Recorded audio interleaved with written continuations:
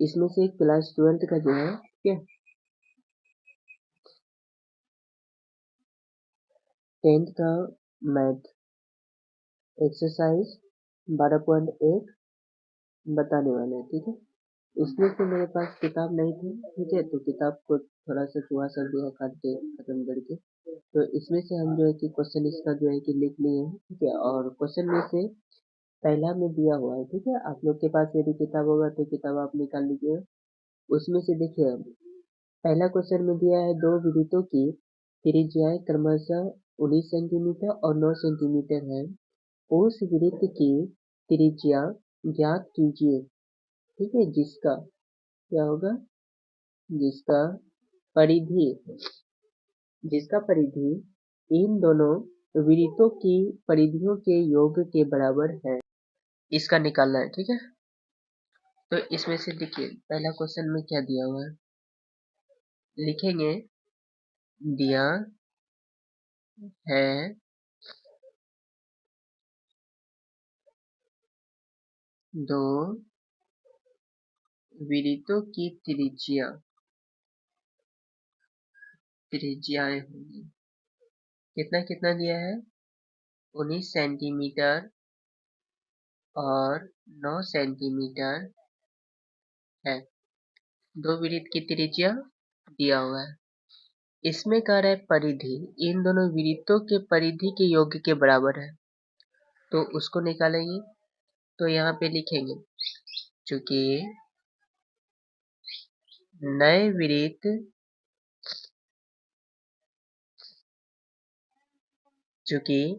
वृत्त की परिधि बराबर दोनों वृत्तों की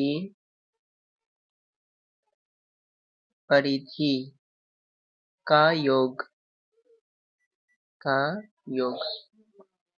परिधि का सूत्र क्या होता है, वृत्त का परिधि।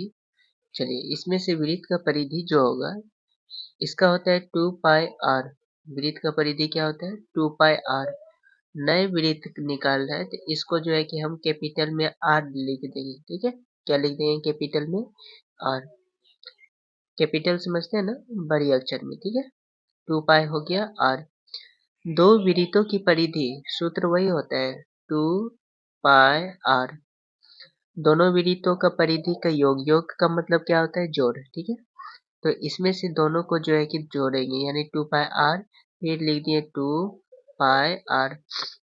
दो वृत्त का कह रहा है तो एगो को मान लेंगे R1, एगो को मान लेंगे R2, ठीक है। एक को क्या माने, R1 और दूसरे को R2।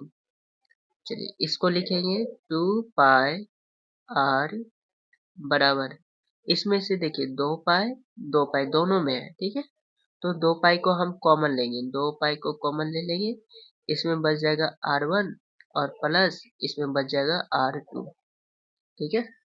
अब देखिए, यदि हम ये 2 पाई यहाँ पे गुना में है, इसको हम इस साइड भेजने की कोशिश करेंगे तो ये गुना से आ जाएगा क्या चीज में, भाग में। तो भाग में जाएगा तो कुछ इस प्रकार से लिखेगा, 2 पाई बटे 2 पाई, दोनों जो है कि बटे में लिखाएगा, तो उसको हम कटा के क्या लिख सकते हैं, एक। उसको कटा के हम क्या लिख सकते हैं, एक। तो इसको हम डायरेक्ट काट देंगे, उसका मान क्या हो जाएगा, एक होगा। अब यहाँ पे हो गया R1 बराबर R बराबर, ठीक है, R इक्वल में हो गया R1 और प्लस में R2, इसलिए R बराबर देंगे, ठीक है। R1 का मान कितना था, एगो का था 19 सेंटीमीटर, पहला त्रिज्या, ठीक है, और दूसरा वाला का था 9 सेंटीमीटर। तो यहाँ पे लिखेंगे 19 सेंटीमीटर और प्लस में 9 सेंटीमीटर। 19 और 9 को जोड़ते हैं तो ये मेरा जो है कि 28 हो गया, तो यहाँ पे हो गया 28 सेंटीमीटर, ठीक है। अब यहाँ पे लिख देंगे, इसमें से कह रहा था उस वृत्त की त्रिज्या ज्ञात कीजिए, ठीक है, उस वृत्त की त्रिज्या ज्ञात कीजिए। अब हम यहाँ पे लिखेंगे, अतः अतः उस वृत्त की त्रिज्या, वृत्त की त्रिज्या यानी r बराबर हो गया 28 सेंटीमीटर। कोई दिक्कत है? ये हो गया उसका त्रिज्या। ये जो है कि पहला हिसाब था। आपको जो है कि इसी प्रकार से बनाना है। चैप्टर था 12.1 का फर्स्ट नंबर।